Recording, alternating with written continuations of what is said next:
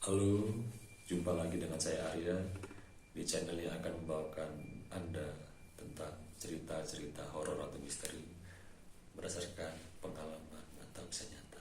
Seperti biasa, untuk nama toko, tempat akan saya samarkan demi menjaga privasi bersama.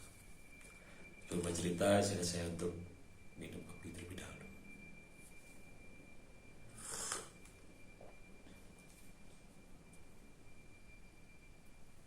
Kisah kali ini saya akan membawakan cerita horor tentang kejadian seorang anak kecil yang disekap oleh genderuwo.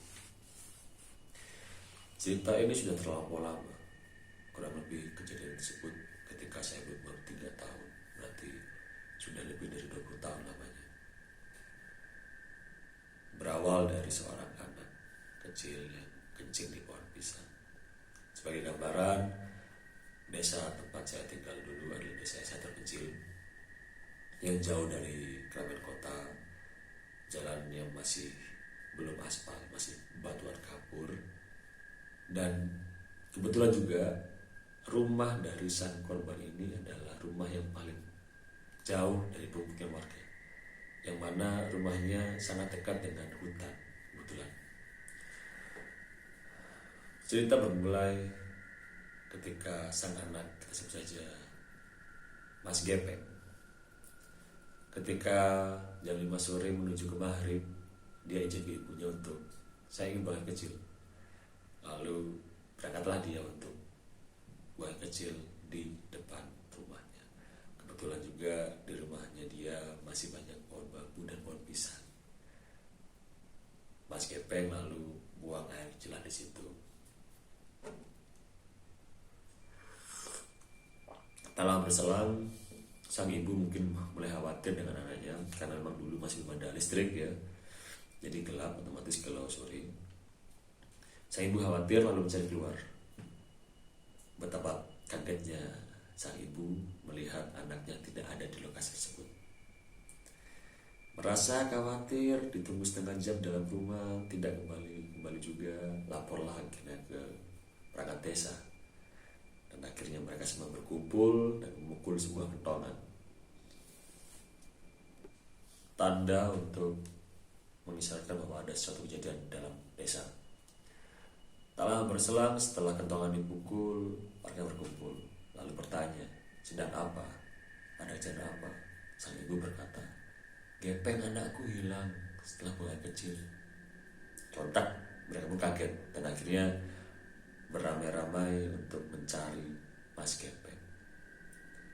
Anda bisa bayangkan sebuah kejadian di dalam televisi ya, ketika ada orang-orang primitif atau orang jadul yang sedang mencari sesuatu dengan obor.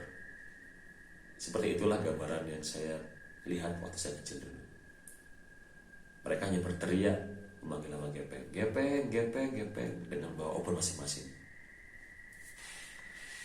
Kurang lebih dari jam 8 sampai jam 1 pagi mereka berkeliling desa di semua tempat, tetapi tidak ada satupun tempat untuk bertemu Gepeng.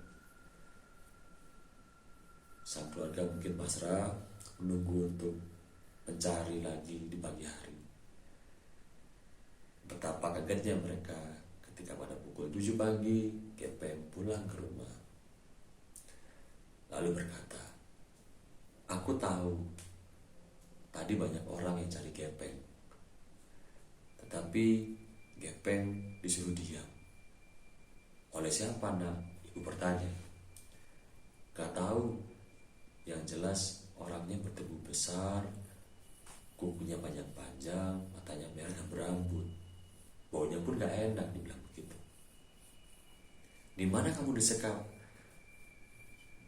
Pergilah si Gepeng, ibu bersama rombongan warga yang kemarin mencari si Gepeng.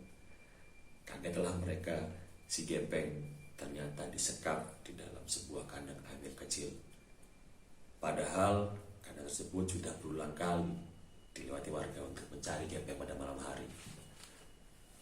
Gepeng hanya berkata, aku gak bisa ngomong karena tangan tadi orang itu, setiap jarinya itu bisa menutupi mulut dan tubuh gepeng. Lalu sang ibu bertanya lagi, apakah dia berbicara? Iya, dia hanya bilang dalam bahasa Jawa, menengo, ojo rame-rame, yang dalam bahasa Indonesia artinya diam kamu, jangan berisik. Tidak ada kata lain yang diucapkan oleh gepeng. Dan akhirnya setelah kejadian tersebut, lucunya adalah pohon pisang yang nikmat tersebut akan ditebang oleh sang keluarga, mungkin karena jengkel. Saya rasa cukup untuk cerita kali ini. Pesan saya adalah dimanapun Anda berada, selalu waspada dan hati-hati, terutama ketika hari mulai petang. Ya mungkin kalau ingin buang air kecil atau ingin suatu, tolong izin dulu sebentar atau cari tempat yang lebih terang, lebih enak suasana. Itu aja, saya Arya undur diri. Sampai jumpa di cerita-cerita berikutnya.